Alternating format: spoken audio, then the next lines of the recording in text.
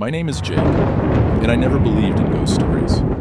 Growing up in a small mountain town in Colorado, I heard my fair share of tales about the mountains. Whispers of cryptids, haunted forests, hikers disappearing without a trace. The elders in town would spin their yarns, especially in the fall when the fog hung low over the peaks. But I always thought they were just trying to scare us kids. I learned the hard way that sometimes those old stories hold a sliver of truth.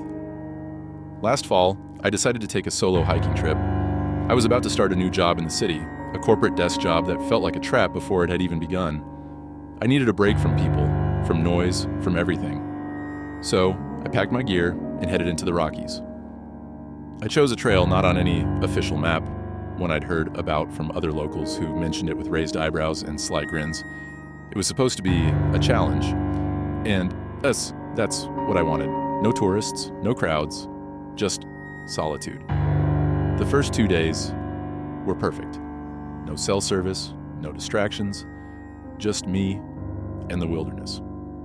I hiked through golden aspen groves, climbed steep ridges with views that stretched out forever, and camped beside a clear, cold stream. At night, the stars were so bright it felt like you could reach out and touch them. But on the third day, things started to change. It began with small things, subtle, almost too subtle to notice. As I packed up my camp that morning, I realized my water bottle was missing. I could have sworn I'd left it next to my tent, but it was gone. I shrugged it off. Maybe I'd misplaced it, or it had rolled off somewhere. No big deal. Later that afternoon, I found something even stranger.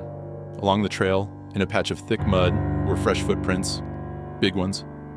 At first, I thought they might be mine, but the spacing was all wrong. Too far apart, like whoever made them was sprinting or running with long strides. The prints weren't heading toward the trail either. They led off deeper into the forest, away from any marked path. I stood there for a long moment, staring at the tracks.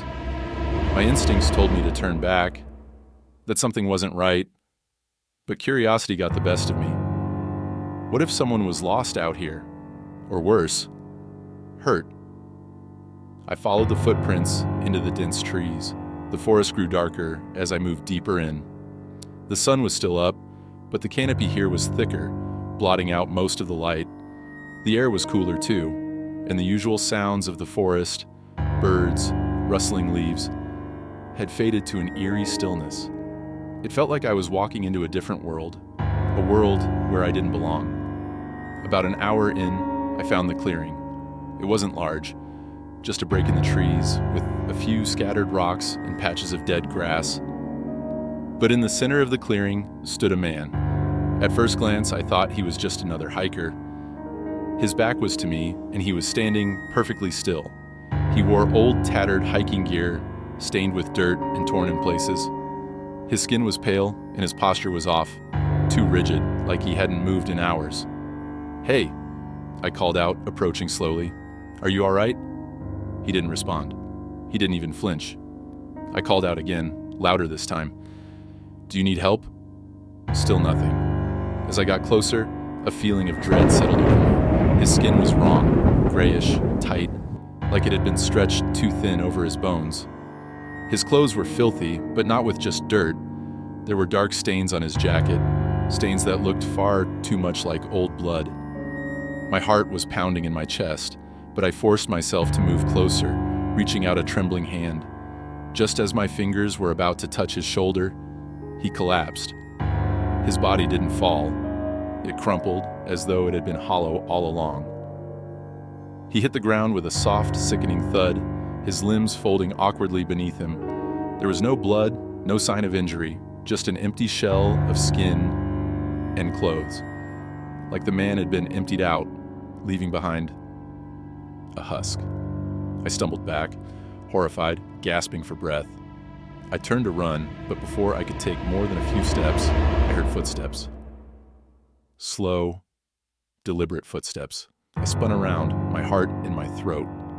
At the edge of the clearing stood another figure, this one different from the man I'd just seen. It was a woman, her dark hair matted and tangled, her eyes wide and empty.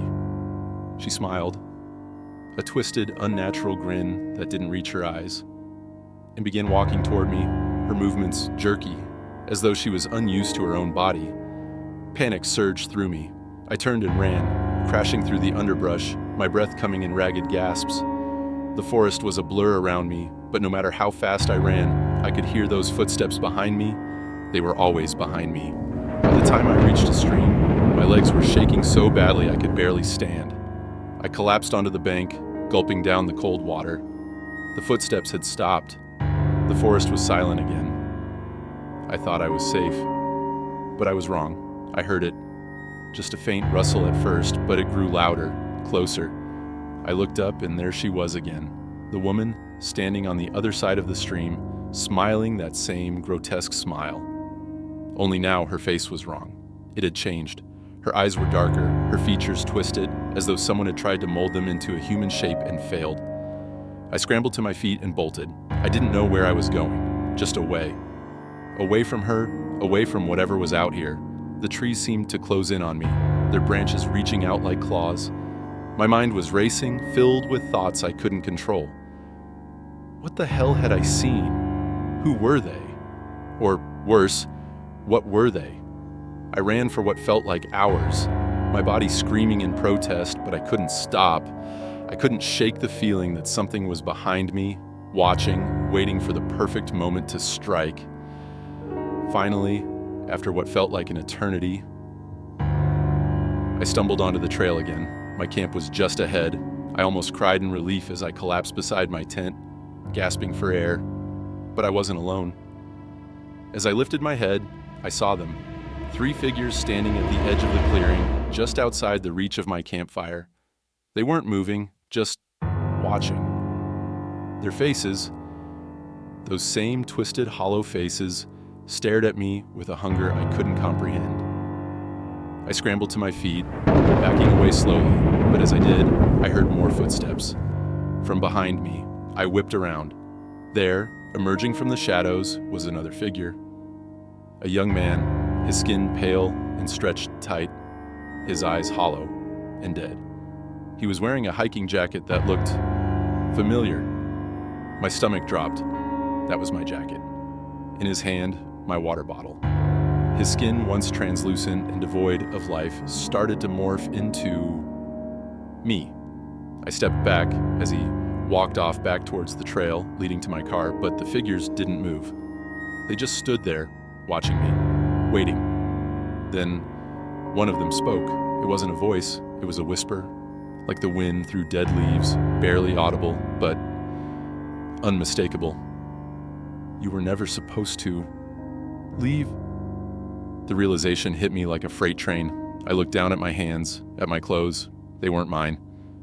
The boots on my feet were caked in old, dry mud, the same mud from the footprints I'd found earlier.